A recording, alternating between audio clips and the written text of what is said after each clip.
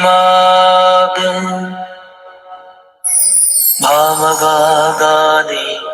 हम सिर्फ आशीर्वाद देने आते हैं, लेकिन अगर श्राद्ध न हुआ तो हम शांति नहीं, श्राप बनकर लौटेंगे।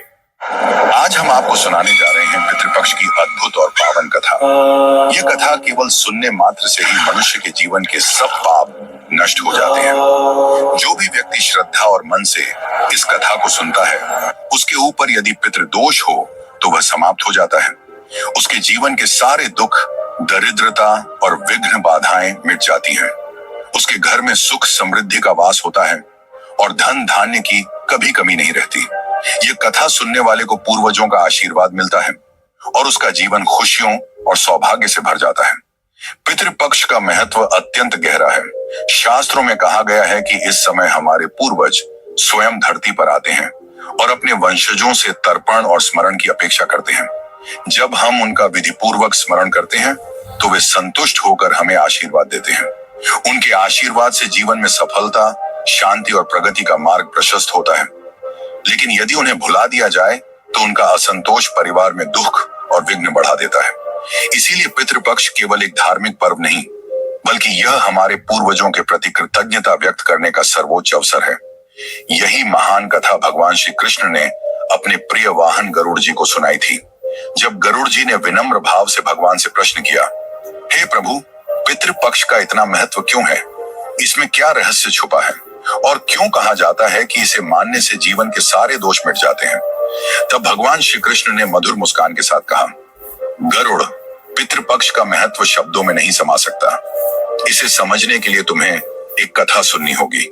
इस कथा को सुनने मात्र से ही पितृदोष समाप्त होते हैं, जीवन से दुख और दरिद्रता दूर हो जाती है और घर परिवार में सुख और समृद्धि का वास होता है। और फिर भगवान श्री कृष्ण ने गरुड़ जी को वह अद्भुत कथा सुनानी प्रारंभ की। दोस्तों, आप भी इस कथा को ध्यान पूर्वक अवश्य सुने। इस कथा के श्रवण मात्र से मनुष्य के सभी पाप और दोष नष्ट हो जाते हैं।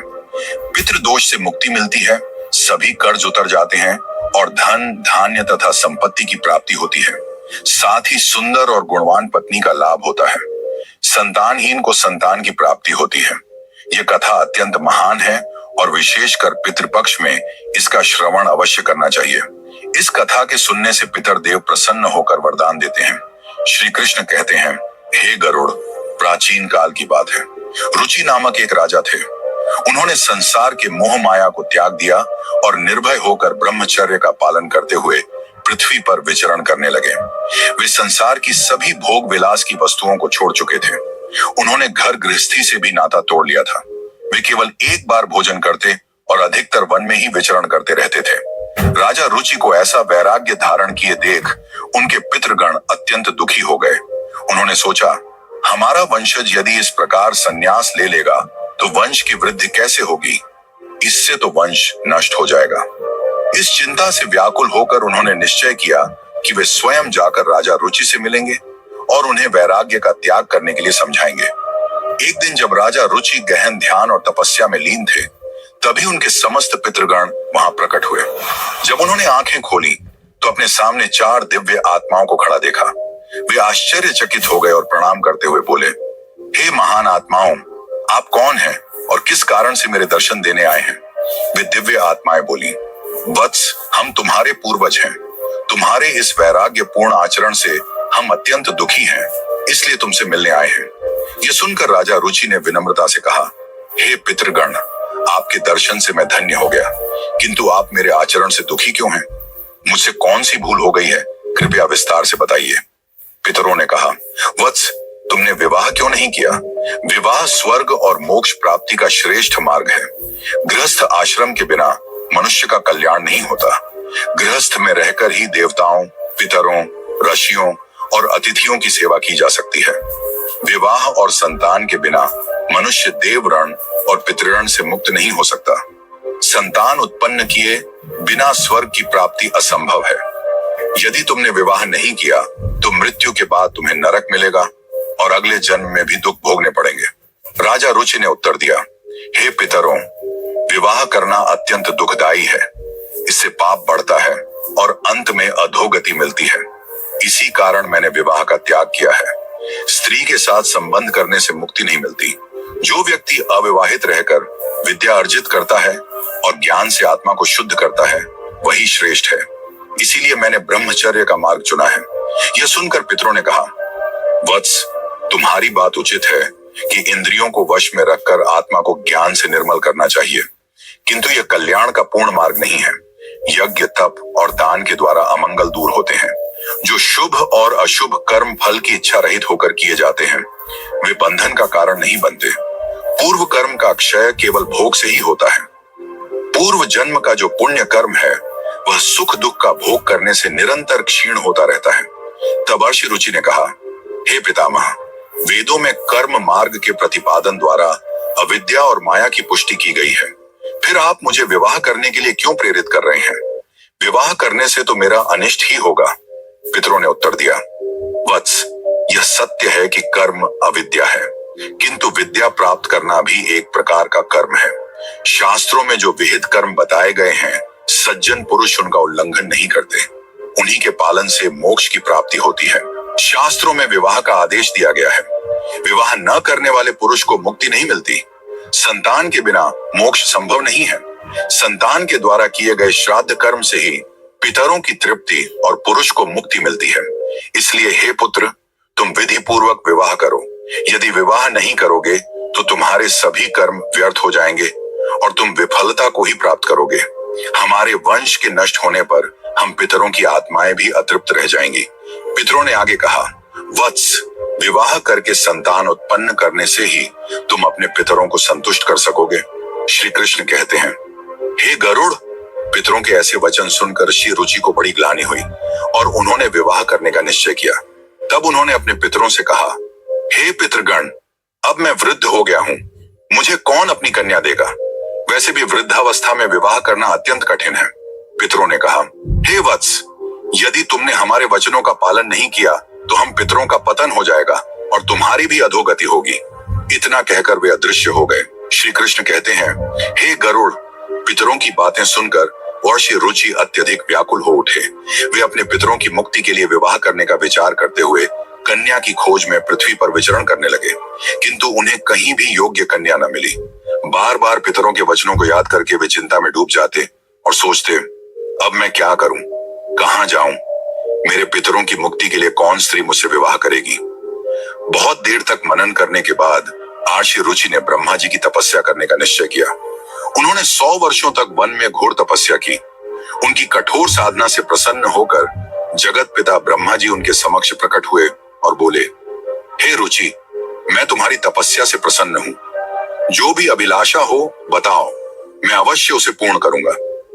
ऋषि रुचि ने विनम्रता पूर्वक प्रणाम करते हुए कहा, हे परमपिता, मेरे पितरों ने मुझे संतान उत्पन्न करने का आदेश दिया है, किंतु मुझे विवाह योग्य कोई कन्या नहीं मिल रही। कृपया मुझे एक कन्या प्रदान करें ताकि विवाह करके मैं संतान प्राप्त कर सकूं। तब ब्रह्मा जी बोले, हे विप्र, तुम स्वयं संसार के प्रजापति बनोगे। तुम्हारे द्वारा प्रजा की सृष्टि होगी। तुम्हारे पितरों ने जो कहा है वह सत्य है। तुम्हें विवाह करना चाहिए। इस अभिलाषा को मन में रखते हुए पितरों की पूजा करो। वे प्रसन्न होकर तुम्हें उत्तम स्त्री प्रदान करेंगे और तुम्हारी इच्छा पूर्ण होगी। इतना कहकर ब्रह्मा जी अंतर्ध्यान हो गए। ब्रह्मा जी के वचन सुनकर ऋषि रुचि ने निश्चय किया कि वे पुनः अपने पितरों को प्रसन्न करेंगे। वे एक नदी के तट पर पहुंचे और एकांत में बैठकर अपने पितरों का तर्पण किया। तर्पण के बाद एकाग्र चित्त होकर वे भक्ति पूर्वक पितरों की स्तुति करने लगे। श्री कृष्ण कहते हैं, हे गरुड़, ऋषि रुचि ने जो स्तुति अपने पितरों के लिए की उसे प्रत्येक मनुष्य को ध्यान पूर्वक सुनना चाहिए। यह स्तुति सब पापों और दोषों को नष्ट करने वाली है। जो इसे केवल एक बार भी सुन ले उसके अनेक पाप नष्ट हो जाते हैं और उसे पितरों का आशीर्वाद प्राप्त होता है। इसीलिए हे गरुड़, तुम भी इसे ध्यान से सुनो, तभी इस कथा के श्रवण का फल तुम्हें मिलेगा। ऋषि रुचि स्तुति करने लगे।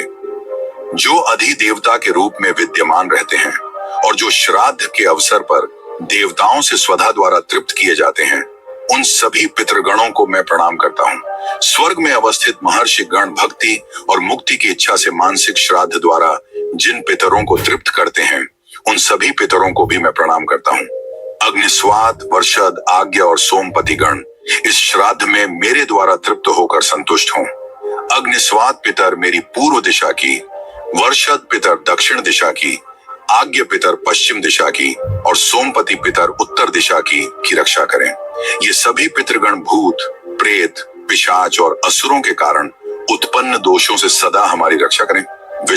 विश्वभुक, आराध्य, धर्म, धान्य, शुभानंद, भूतिकृत और भूति नामक 9 गण, कल्याण, कल्द्र, श्रेय, कलता, हेतु और अनघ नामक 6 गण तथा वरेण्य, वरद, तुष्टि, पुष्टि, विश्वपात और धाता नाम से विख्यात 7 गण और महात्मा, महित, महिमा, महावान और महाबल नामक 5 गण, इन सभी पितरों को मैं प्रणाम करता हूँ।